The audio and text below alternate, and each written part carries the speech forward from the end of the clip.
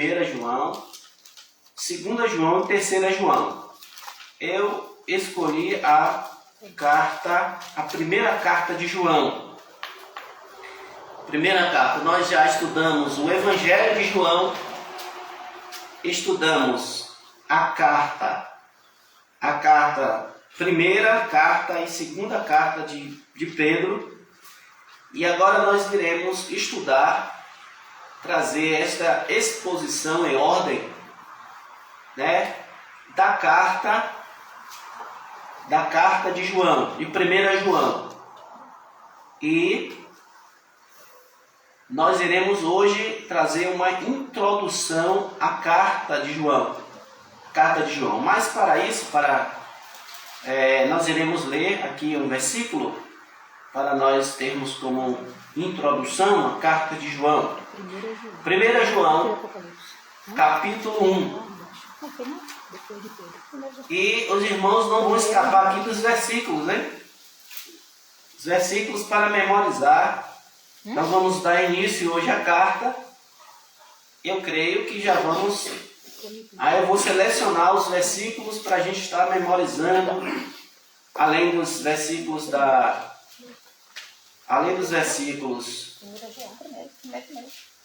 da EBD, do livro da EBD, nós também teremos os versículos da exposição de João, da primeira carta de João.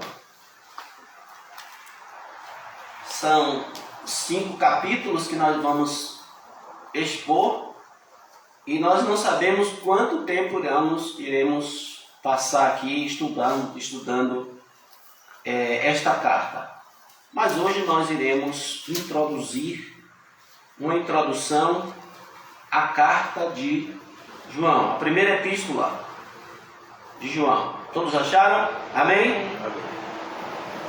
O que era desde o princípio, o que temos ouvido e o que temos visto com os nossos próprios olhos, o que contemplamos e as nossas mãos apalparam com respeito ao verbo da vida.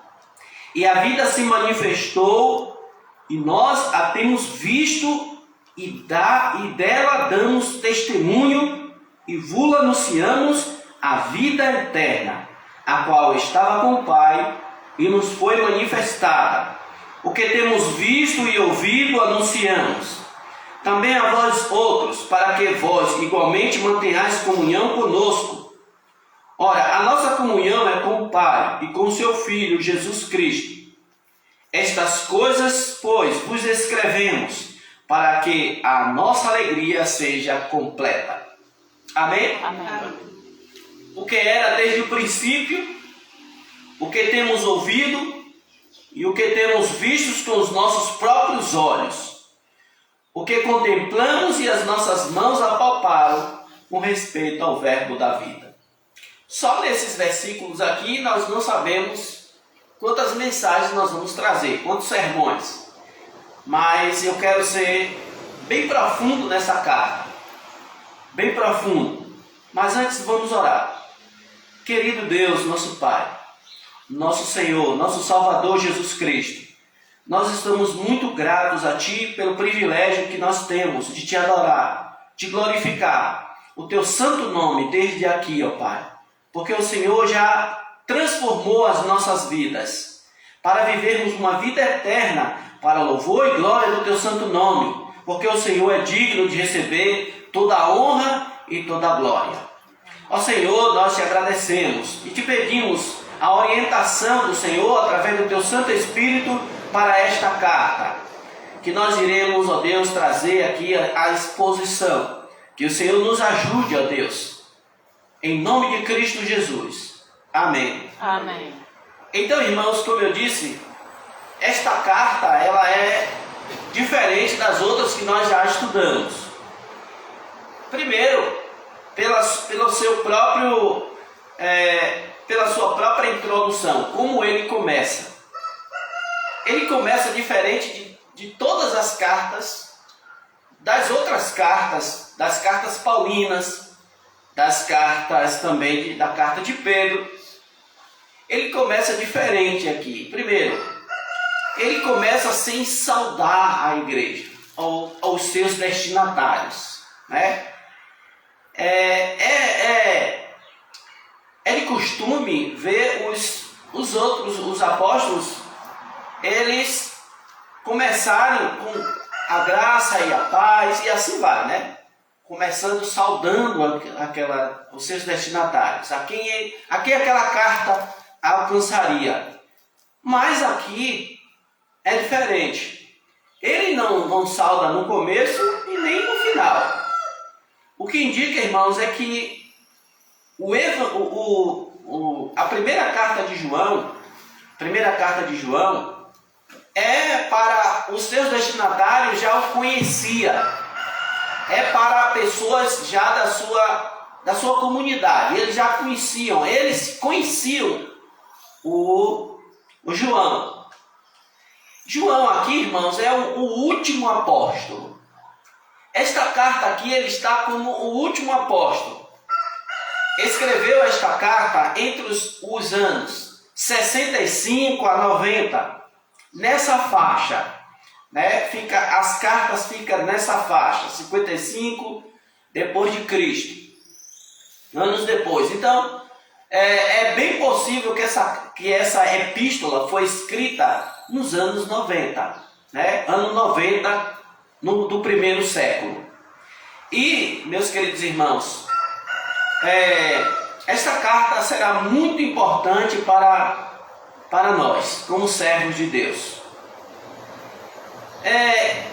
Nós temos que saber, primeiro, quando nós vamos começar a estudar um livro, nós temos que saber quem é que escreveu. Primeiro, nós temos que saber quem escreveu. Segundo, nós temos que saber os seus destinatários, a quem ele está querendo atingir, a quem aquele autor quer mandar, para quem é. Qual é o seu destinatário? Quando você escreve uma carta, né, você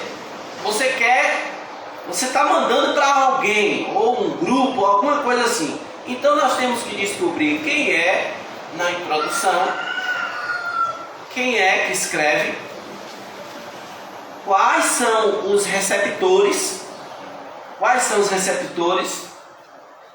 Nós temos que saber também qual é o propósito, o que é que ele quer dizer com aquilo ali. Qual é o propósito dele estar escrevendo aquilo ali, aonde ele quer chegar. Porque quando você lê a Bíblia é uma coisa, mas quando você vai estudar a Bíblia, você precisa disso. Por exemplo, você vai estudar, você leu o livro, você leu a carta ou qualquer outro livro da Bíblia. Agora você diz, bom, eu li para ter visualmente, ter uma percepção, mas eu quero me aprofundar. Então você vai ter que começar por aí. Se você quer se aprofundar em qualquer assunto da Bíblia, você tem que ir por aí. Quem foi que escreveu? Quem são seus destinatários? Qual é o propósito? E quais as aplicações para a minha vida? Entenderam? 4 pontos essenciais. Quem escreveu? Quais os seus destinatários? Qual é o propósito? E que eu posso extrair? O que eu posso aplicar para a minha vida? Ou aplicando a minha vida e a comunidade. Então são esses quatro fundamentos principais para nós termos o entendimento da palavra de Deus e não errarmos na exposição da palavra de Deus. Então, irmãos, dito isto, nós queremos introduzir, com essa introdução, quem escreveu é claro que foi João. Mas a Bíblia está cheia de João, né? A Bíblia está cheia de João. João Batista, né? João, tem vários João na Bíblia. Vários João. Mas quem é esse João que escreve essa carta? Primeiro a gente tem que saber isso. Identificar. Quem é esse João? Porque esta carta aqui, esta epístola aqui, ele não está dizendo assim, sou eu que estou escrevendo, eu, João, entendeu? Como é de costume. Mas como você pode descobrir que, primeiro nós temos que saber quem é esse João, como você pode descobrir que é esse João mesmo? Que é esse João mesmo. Irmãos, o João que escreve aqui é o João apóstolo. É o apóstolo João. Quando nós estamos, todas as manhãs que nós estivermos expondo a carta de João, eu quero que os irmãos tragam na memória o último apóstolo. Todos já foram martirizados. João é o último apóstolo a morrer.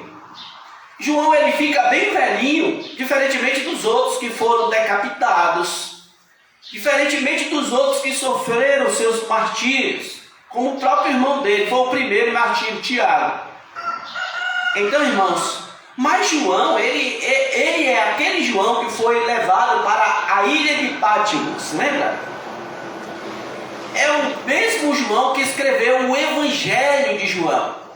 O Evangelho de João. E o objetivo que a gente vai ver lá, para a gente identificar qual é o objetivo aqui.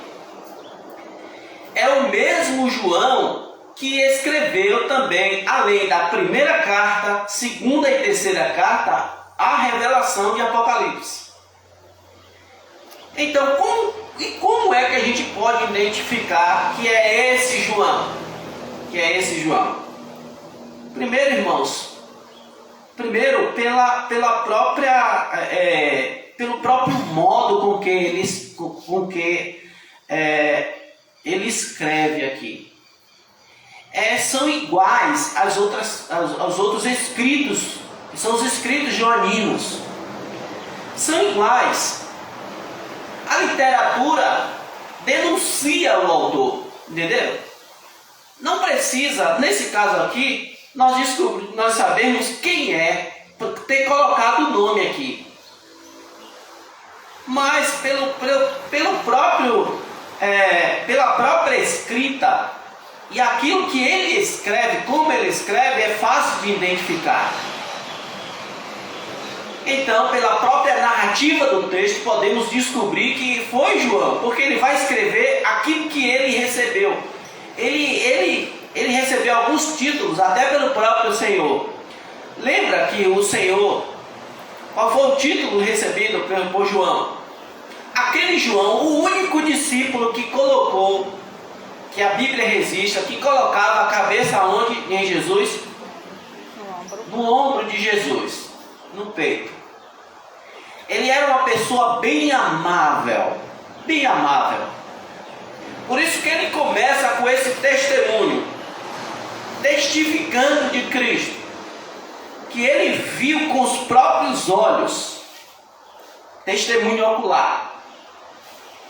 Com os ouvidos, com os próprios ouvidos, ouviu o Senhor Jesus a respeito do verbo da vida.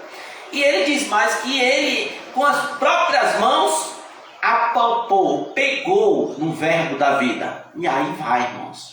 É por aí que a gente vai se maravilhar nessa carta de João. Então ele é uma testemunha naquela época, para o seu contexto, uma testemunha viva. Uma testemunha viva de convivência íntima, amigável, íntima com o Senhor Jesus Cristo. Isso é maravilhoso. Um servo de Deus privilegiado por ter tido este contato com o Senhor Jesus. Lembra quem estava com Jesus na transfiguração? É Mateus capítulo 17. Pedro, Tiago e João. Ele é um dos mais próximos, dos discípulos mais próximos de Jesus, se não o mais próximo. Eu posso lhe dizer sem medo de errar, teologicamente dizendo. Teologicamente, o discípulo mais próximo de Jesus.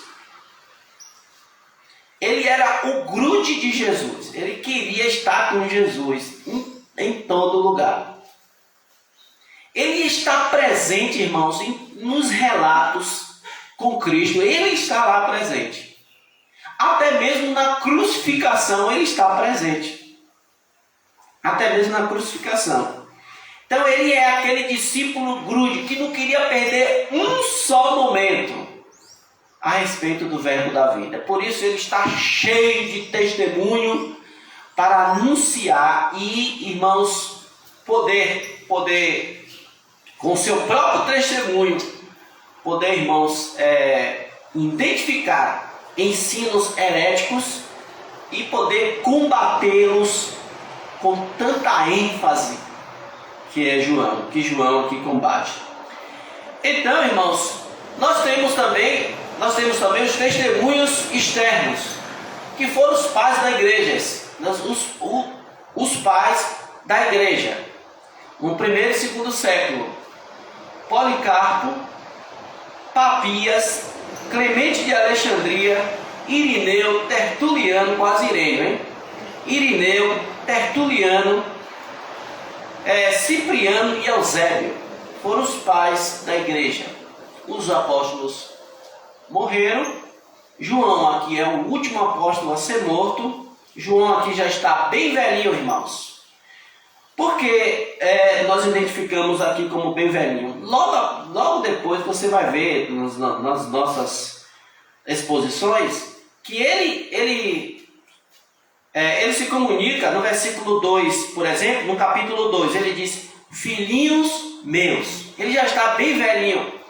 Ele chama os irmãos agora de meus filhinhos. Aquele velhinho que chama todo mundo de filho, lembra?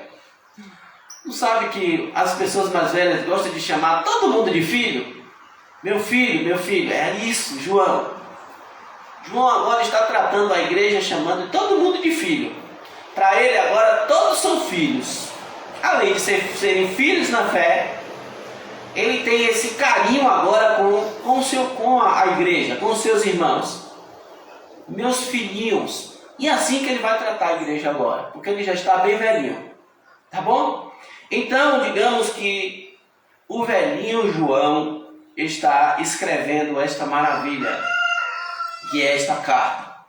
Então, quem testemunha a respeito que esta carta de João é joanina? Os pais da igreja, como eu falei para os irmãos. Inclusive Irineu, os pais da igreja. Os pais do segundo século, primeiro e segundo século, especialmente do segundo século.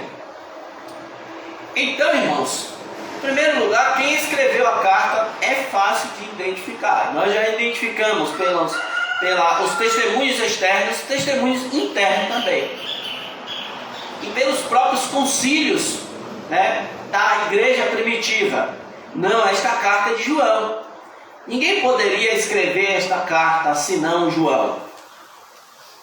A escrita denuncia que foi João. Então aquelas pessoas, as gerações ali morreram, né? Os primeiros cristãos iam morrendo, surgindo outros cristãos, e aí começou, quem foi que escreveu essa carta? Foi João. Olha o jeito que ele escreve, é João. É João. Os pais identificaram como João. Os pais da igreja. Então, sendo assim, irmãos, o velhinho João, esta carta sendo joanina, nós vamos para o nosso segundo ponto. Quem foi João? Quem foi João? João era filho de Zebedeu. Lembra? Quem era pescador? Quem eram os discípulos pescadores? João.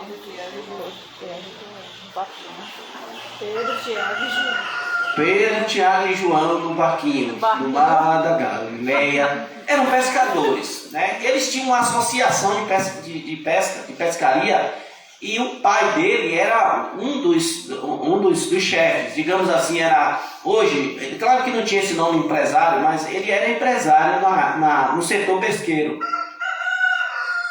E Zebedeu, o Zebedeu era o pai de João.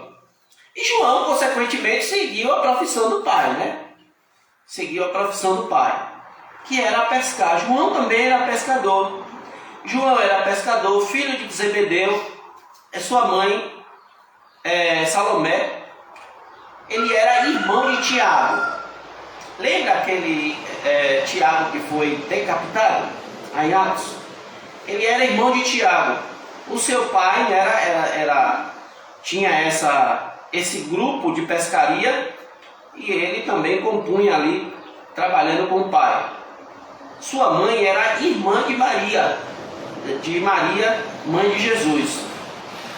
Ele, como eu disse para os irmãos, era pescador, vivia ali em Betsaida, né?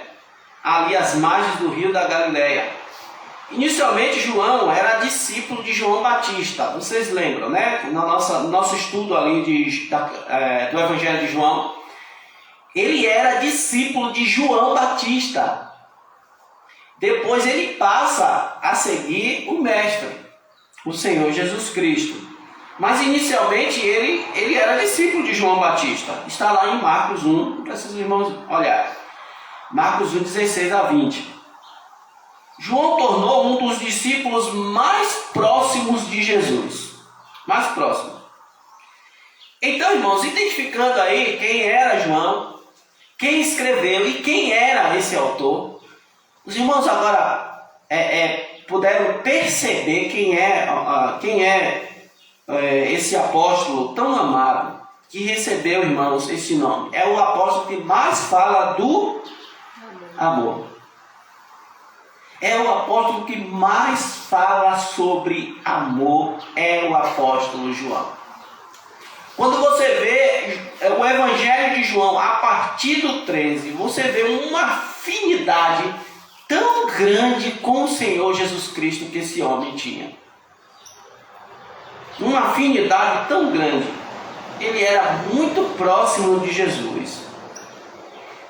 Por isso que eu costumo dizer, e repito de novo, ele não queria perder nenhum momento com o Senhor. Ele estava muito próximo. Irmãos, tem uma amizade de que Jesus estava conversando e de repente ele... Onde está a cabeça dele? Olha, irmãos, que coisa linda, né?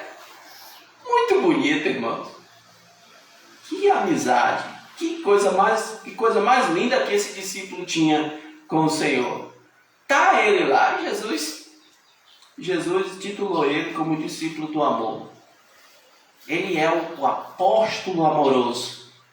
Apóstolo amoroso. Quem mais vai escrever sobre o amor é o apóstolo João.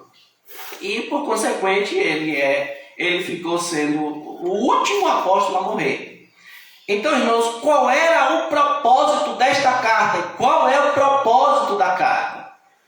O propósito da carta, irmãos, o destinatário, antes de falar do propósito da carta, o destinatário da carta, esta é uma carta geral, tá bom? Os destinatários da carta eram todas as igrejas. Era uma carta que deveria ser passada para todas as igrejas. Depois vocês vão ver por quê. A importância dessa carta e por que deveria passar em todas as igrejas. Então é uma carta geral. Lembra das cartas gerais que nós estudamos? Né? As cartas gerais, ela é uma dessas. Cartas gerais. Tem cartas gerais, cartas pastorais. Esta é uma carta geral. Esta é uma carta que é para todas as igrejas. Todas as comunidades deveriam ler esta carta e estar ciente dos perigos que rondavam as igrejas. Então, qual era o propósito da carta? Então, queremos, em terceiro lugar, qual é o propósito da carta? É isso que nós devemos identificar, irmãos, de imediato, quando vamos estudar qual é o propósito. Em primeiro lugar, o propósito é dar garantia aos que creram em Cristo acerca da certeza da salvação. Está aí no versículo 5:13. Lê aí o 5:13. 5:13.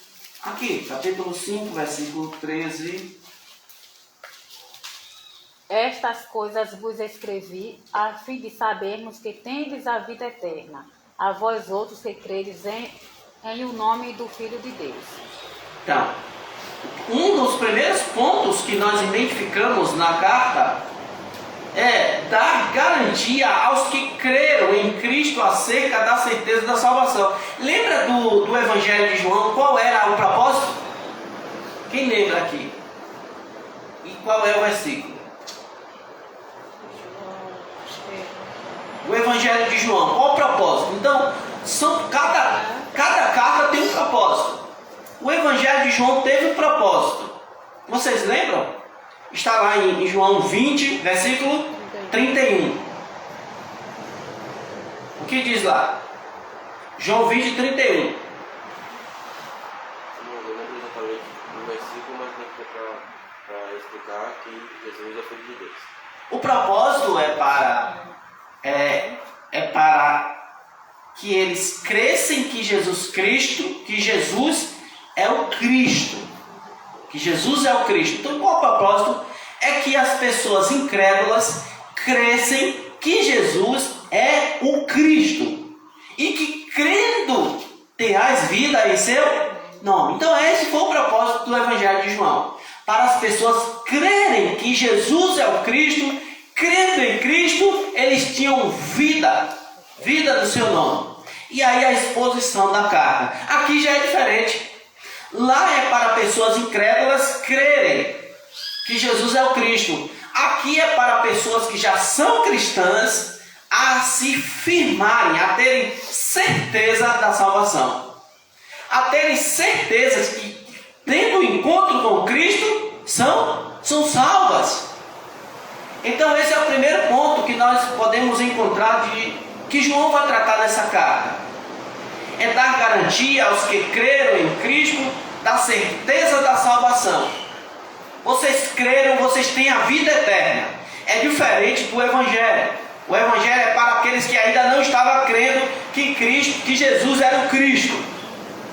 Agora aqueles que já creram, agora ele quer firmar esses irmãos, para que os irmãos tenham uma certeza que crendo em Cristo tem a vida eterna.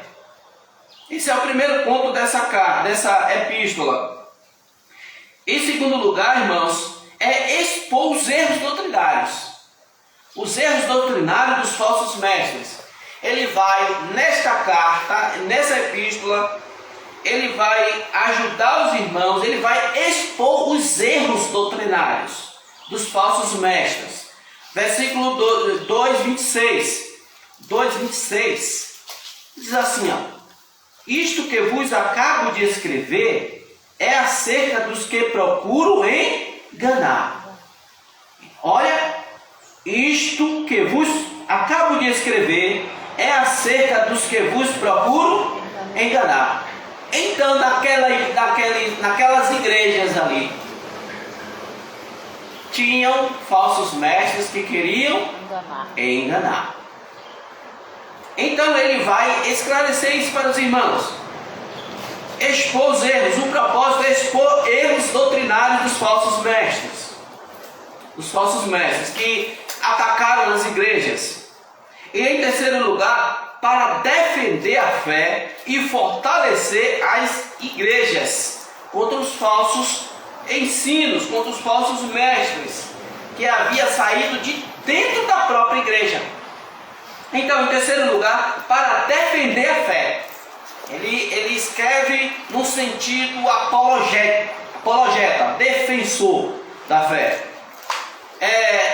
Ele vai defender a fé e fortalecer as igrejas contra os falsos mestres que haviam saído de dentro da própria igreja. Olha aí, irmãos, o 2, versículo 19. 2,19. Ele diz assim, ó. 2,19. Eles saíram de nosso meio, entretanto não eram dos nossos, porque se tivessem sido dos nossos, teriam permanecido conosco. Todavia eles se foram para que ficasse manifesto que nenhum deles é dos nossos. Então, em terceiro lugar, é para defender a fé, fortalecer as igrejas contra os falsos mestres que haviam saído de dentro da própria igreja. Irmãos, não pensem que o perigo estava fora da igreja agora.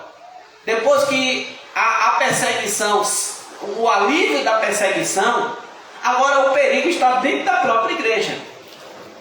Agora os apóstolos, e especialmente João, vai enfrentar, irmãos, esta guerra de defender o evangelho de pessoas dentro da própria igreja. Olha, as heresias saíram de dentro da própria igreja. Saíram de dentro da própria igreja. É por isso, irmãos, que nós somos defensores do evangelho.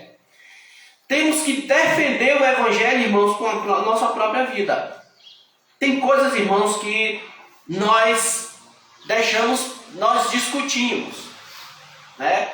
O pastor Evaldo, que gosta muito dele, faz até um desenho de parece que é um caminhão, e aí para colocar para funcionar, o desenho de um carro. Para nós entendermos bem o que é isso. Tem coisa que nós discutimos, tem coisas que nós deixamos para lá, mas tem coisas, irmãos, que nós damos a própria vida para defender. Nós temos que pegar seguro mesmo, nós temos que estar primeiro na fé, nós temos que ter o conhecimento de Cristo Jesus. Por isso Pedro termina a sua carta dizendo, 2 Pedro, antes crescei na graça e no conhecimento do Senhor Jesus Cristo. Temos que ter o conhecimento do Senhor Jesus Cristo, crescer na graça, para defender o evangelho. E João faz isso, para defender a fé, fortalecer as igrejas contra os falsos mestres que haviam saído de dentro das próprias igrejas. As igrejas de hoje que nós conhecemos foram todas pessoas que saíram de dentro da própria igreja. Por exemplo, a Congregação Cristã do Brasil foi alguém que saiu da Assembleia de Deus. A Igreja Adventista foi alguém que saiu da Batista.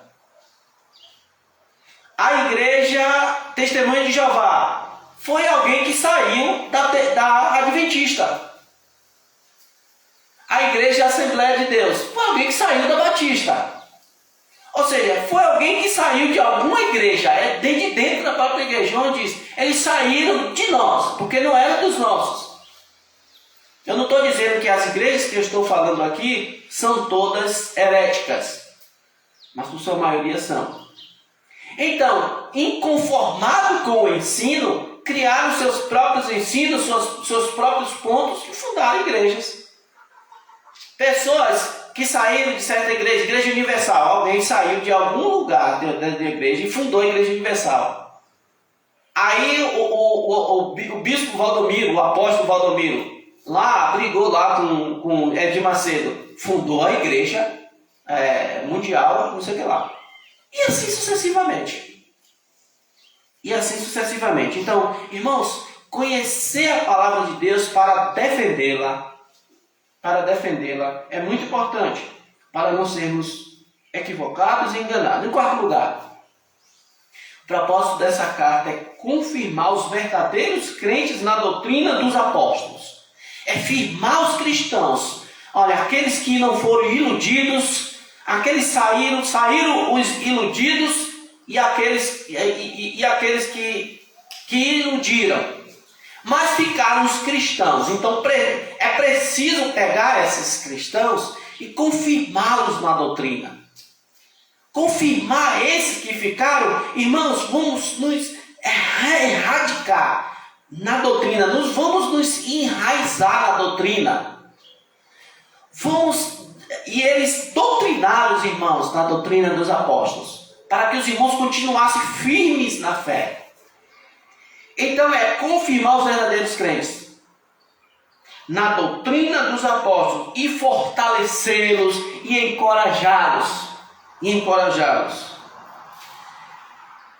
Ele aqui nessa carta, ele vai encorajar os irmãos e ele vai fortalecer os irmãos para que os irmãos não caíssem em 3 erros essenciais na doutrina. Em 3 erros essenciais. Primeiro erro que eles poderiam cair. E João vai fazer a prova com esses irmãos. Então, irmãos, é muito importante vocês prestarem atenção nessa introdução. Porque você sabendo a introdução, toda vez que nós trazemos qualquer ponto, você vai estar ciente daquilo que você vai estar ouvindo. Então, irmãos, ele vai fortalecer os irmãos. E ele vai trazer 3 tipos de prova, para ver se os irmãos realmente são cristãos, estão firmes na fé. Isso é maravilhoso. A primeira prova é a prova doutrinária. A doutrina. Uma igreja que não tem doutrina, irmãos, vira uma igreja de oba-oba. Vira uma igreja sem rumo, pragmática,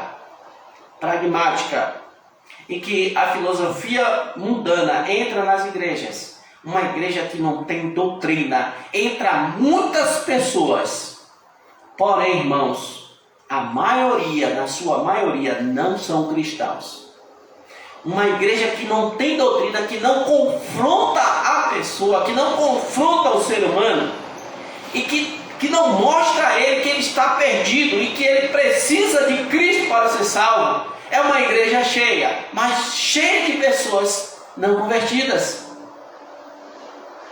Mas uma igreja que é bem doutrinada, ela pode ter pouquinho, mas esse pouquinho, irmãos, são firmes. Esse pouquinho que tem vale por uma multidão. Lembre-se que Deus nunca se preocupou com numerologia, mas Deus se preocupou sempre com qualidade. Nunca é dos olhos de Deus número, mas é a qualidade daquele número. Aquele rebanho é bem doutrinado, está doutrinado na palavra, está fundamentado nos ensinos apostólicos, está fundamentado. Essa é a preocupação de uma igreja bíblica, de que os seus membros, as suas ovelhas, o seu rebanho esteja bem doutrinado. Sendo bem doutrinado, esses irmãos são uma bênção. Pode ser pouquinhos, mas tem que esse pouquinho estar bem doutrinado. Receber o alimento sólido, que é a palavra de Deus. Olha, irmãos, geralmente esses irmãos são firmes na fé. Então a primeira prova doutrinária, que é a fé em Cristo. Vocês estão alicerçados em Cristo? A sua fé se baseia em Cristo, irmã Laura? A sua fé se baseia em Cristo? É em Cristo a sua fé? Então nessa carta ele vai fazer isso, provar os irmãos se a fé está em Cristo. Segundo, a prova social. A prova social que ele vai trazer é que se essas pessoas que se dizem estar em Cristo, o que é que elas devem expressar uns com os outros e viver como uns com os outros. A segunda prova é a prova social, uma palavra que parece com esse apóstolo. Qual a palavra que parece com esse homem, gente? Quem sabe dizer? Amor e união. Amor e união. Amor e união. Amém, irmã Rosa? A palavra que parece com o apóstolo João se chama amor. Quem é o apóstolo do amor? Então ele vai, irmãos, doutrinar os irmãos. E na prova social vocês só são filhos de Deus, que vocês amam uns aos outros. Este amor é o amor cristão. É o cuidado uns com os outros. E esse amor, ele é provado internamente e externamente. Por exemplo, eu vejo um irmão meu passar por necessidade. Está faltando um pão. E eu tenho como ajudá-lo e não ajudo. Ele diz: você nunca conheceu a Deus. Nunca conheceu. Então, uma das coisas que a gente vai identificar aqui nesta carta é que ele não procura arrudeios, né? Digamos, eu quero falar uma coisa com a irmã Rosa, mas eu vou procurar um arrudeio, vou lá, para depois falar. Não, ele vai fazer assim, ó. É isso. Ou você é ou não é. É isso aí. É isso que a gente vai identificar nessa carta. Eu quero logo alertar os irmãos. Quero logo alertá-los de que João ele vai se mostrar assim nessa carta. Ou você está na luz, ou está nas trevas. Ou você ama, ou odeia. Se você não ama, você não é de Deus. É isso que ele vai ser bem enfático. Ele não tem mais tempo para ficar procurando a rodeios. Ele está bem velhinho. Ele já está bem experiente. Ele não quer mais perder tempo, irmãos. Ele quer chegar, quer ser bem claro com a sua igreja, com a igreja do Senhor. Ele diz, ou você é ou não é. Ou você, não existe em cima do muro, né? Não existe aquele chamado crente Raimundo. Para ele não existe crente Raimundo. Como é o crente Raimundo? Pé na igreja, pé no carro. Ele não. Se você está com o pé no mundo, ele diz, você é do mundo. Se você está com o pé na igreja, você é de Deus. É assim para ele, vai ser assim. Para ele não tem crente Raimundo não. Ele é intolerante nesta carta a respeito disso aí. Em terceiro lugar, a prova moral. Ele vai querer trazer, irmãos, saber que essas pessoas que se identificam com Cristo, como é a sua vida moral.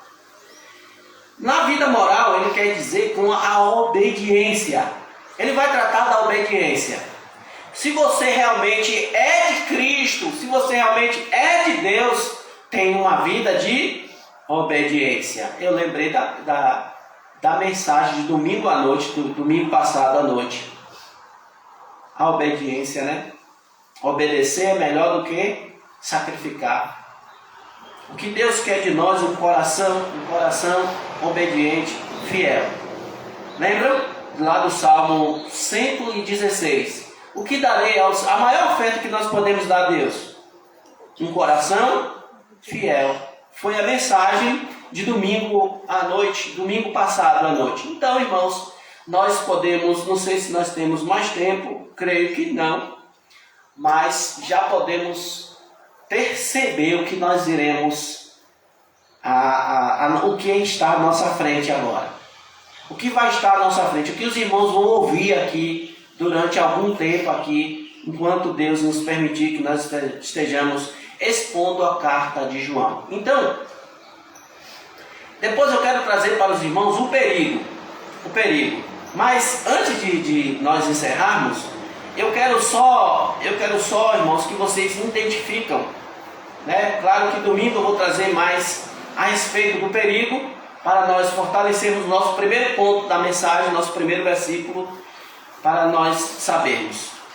Nós temos que identificar na carta, no livro, qual é o perigo. Ele está escrevendo assim, por quê? Por que ele escreve nesse tom com os irmãos? O que está acontecendo ali? O que está acontecendo ali? O que está na mente dele? Existe um perigo naquela igreja ali. E esse perigo, irmãos, não foi só naquelas igrejas. Foi o perigo mortal das igrejas. Sabe qual era o perigo ali, irmãos? Em que João está na sua mente, que ele vai, digamos assim, erradicar das igrejas esse perigo? Era o perigo do gnosticismo. O que era o gnosticismo? O gnosticismo, irmão, gnóstico vem de conhecimento. O gnosticismo naquela época foi como uma praga na lavoura. Não sei se vocês sabem, quando a gente faz uma horta e vem aquelas lagartas comendo a couve toda. Você vai, molha ali, você chega pela manhã, molha, quando chega de tarde as folhas já estão quase todas comidas. O gnosticismo foi isso para as igrejas daquela época. O gnosticismo foi terrível. E até hoje, irmãos, o gnosticismo está impregnado em muitas igrejas. Gnosticismo vem de gnos, que significa conhecer, é uma palavra grega. É uma espécie de filosofia religiosa que tentava fazer concordância entre a fé e a filosofia grega. A concordância, o ecumenismo entre o cristianismo e o mundo. Ou seja, a filosofia grega e o cristianismo, eles queriam que andassem juntos, que casassem. Então, influenciados pelo dualismo grego, acreditavam que a matéria era essencialmente má. Vocês já viram o perigo? Eles queriam trazer para os irmãos, diziam assim, ó, a matéria é essencialmente má. Qual o perigo que vocês já viram aí? Primeiro perigo, que Jesus não veio em carne. Matéria é isso, é tudo que você pega. Então tudo que tem, tudo que eles conseguem observar como matéria é massa. Então tudo que ocupa lugar no espaço, não é isso? Isso é matéria. Tudo que ocupa lugar no espaço. Então tudo isso é má. Então, em primeiro lugar, eles já estavam indo contra a criação de Deus. Quando Deus criou, no primeiro dia, o que foi que ele disse? Lembra? Mas no final da sua criação ele diz: eis que tudo é bom. Mas o gnosticismo dizia que tudo era mal. Tudo era mal. Então, Deus fez o segundo dia. O que foi que ele disse? Eis que tudo é bom. Mas quando fez o homem, muito bom. Por quê? Porque quando ele fez o homem, ele disse que era muito bom. Porque o homem é a imagem e semelhança dele. O homem é que iria zelar daquilo que ele tudo fez, iria render louvores a ele. É o único ser, a não ser o anjo, inteligente. O único ser criativo, o único ser que pode pensar e decidir, né? Evolução. Então é o homem. Não é porque o homem a cereja do bolo. Não é isso não. Não é porque o homem é o bambambam. Não, o homem é miserável, pecador. Mas quando ele fez o homem perfeito. A sua imagem, a sua semelhança. Hoje é que essa imagem de Deus na nossa vida é arranhada. Digamos assim, cheio de hematomas. Para a gente entender melhor. O que é? Foi arranhada por causa do pecado. Nós não somos mais inteligentes como nós éramos. Já pensou? Adão deu nome a todos os animais. Nunca mudou. Tem quantos anos que Adão morreu, gente? E os animais estão aí, e ele deu nome aos animais. E o que ele chamou que inteligência. E os animais? Quantos animais existem? E debaixo do mar? E no mar, as baleias? Quantos tipos de peixe tem? Tudo catalogado. Quantos tipos de animais tem? Tudo catalogado. As plantas e tudo está aí, irmãos. A botânica, tudo. Um homem muito inteligente. Mas o pecado fez com que a nossa inteligência, no máximo, vá a 10%. E Varela já dizia, usa 10% da cabeça, animal. Claro que nós não somos animais. Mas a nossa inteligência, irmãos, foi por causa do pecado, tudo em nós, irmãos, foi atingido pelo pecado. Não só a inteligência, mas tudo, nosso corpo, tudo foi atingido pelo pecado. Então, digamos que a nossa imagem de Deus é arranhada, mas ela é recuperada com Cristo. Ela é recuperada com Cristo. Então, esse era o perigo. Nós vamos encerrar dizendo que era um perigo para essa igreja, essa corrente filosófica grega, influenciada pelo dualismo grego, acreditavam que a matéria é essencialmente má e o espírito é essencialmente bom. Por consequente disso, negavam a encarnação de Jesus. Eles diziam que Jesus Jesus não podia ter carne, Jesus não era carne. Eles negavam o verbo de Deus. É por isso que João vai falar sobre o verbo. Vocês já perceberam lá como ele já começa? Olha, o que era desde o princípio, o que temos ouvido e o que temos visto com os nossos próprios olhos e contemplamos com as nossas mãos apalparam.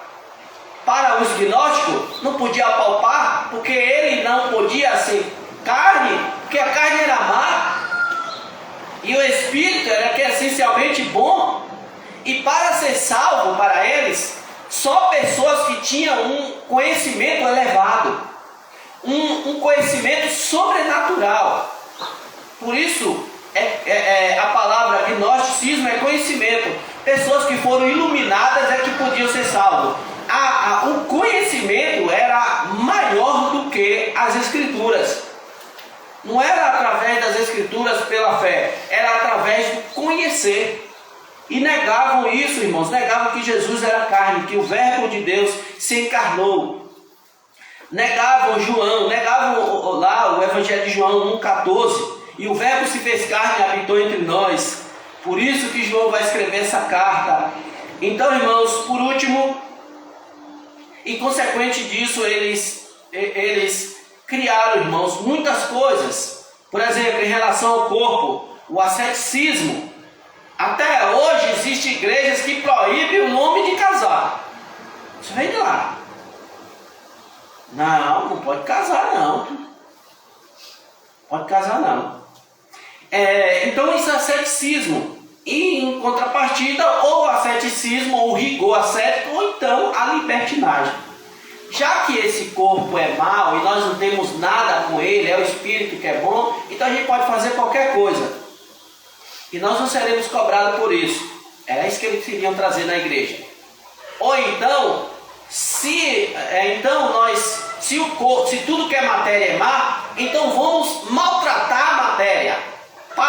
Para o espírito desencarnar, ou sair, não sei se a palavra é essa, ser liberto dessa matéria.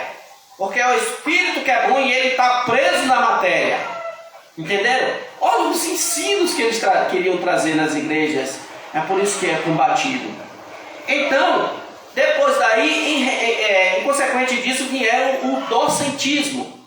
Para encerrar, irmãos, o docentismo vem de doquero, que quer dizer parecer. Eles acreditavam que o corpo de Jesus Cristo era uma ilusão e que sua crucificação teria sido apenas aparente, que Jesus não possuía carne e nem sangue. Jesus era uma aparência. Você já pensou? Primeiro, Jesus não era carne. Ele não era. Ele não podia ser carne porque a carne é má. Negando a humanidade de Cristo. Segundo, o docentismo. O docentismo era parecer. Ele parecia, mas não era. É por isso, meus irmãos, que João começa, para encerrar, por último, nós encerramos dizendo, é por isso que João, olha, o que era desde o princípio. Quem era desde o princípio? Cristo. Lembra lá em João? No princípio era o verbo era Deus, o verbo estava com Deus, todas as coisas foram feitas pelo seu intermédio, e sem ele, nada do que se fez, nada. Exatamente. Então, João versículo 1. Então, o que era desde o princípio, está falando de Jesus. O próprio versículo já é uma defesa do Evangelho.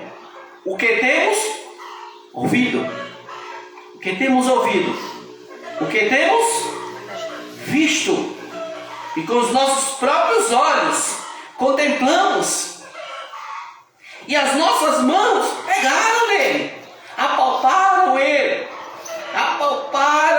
pegaram no Senhor com respeito ao verbo da vida. E a vida se manifestou, e nós a temos visto, e dela damos testemunho, e vos anunciamos a vida eterna. Esse ensino de gnosticismo e docentismo era um perigo para a igreja. O que eles queriam mesmo, irmãos, o que eles queriam mesmo era a manobra de Satanás para acabar com a igreja, para desfazer a obra de Cristo. Não, Jesus Cristo, ele era tipo um fantasma. Então, sendo assim, ele não foi para a cruz, era uma mentira, aquilo ali foi mentira. Olha onde eles queriam chegar. Ele não foi nada para a cruz, aquilo ali era uma ilusão, foi uma ilusão. Satanás tentou de tudo para acabar com a igreja. E não se engane, ele continua trabalhando para acabar com a igreja. Mas nós sabemos que o Senhor, estando em Cristo, nós temos vida eterna. E que o Senhor nos abençoe. Amém. Querido Deus, nós agradecemos pela Tua palavra. Com esta introdução, ó Pai, nós queremos agradecê-lo, porque existiram homens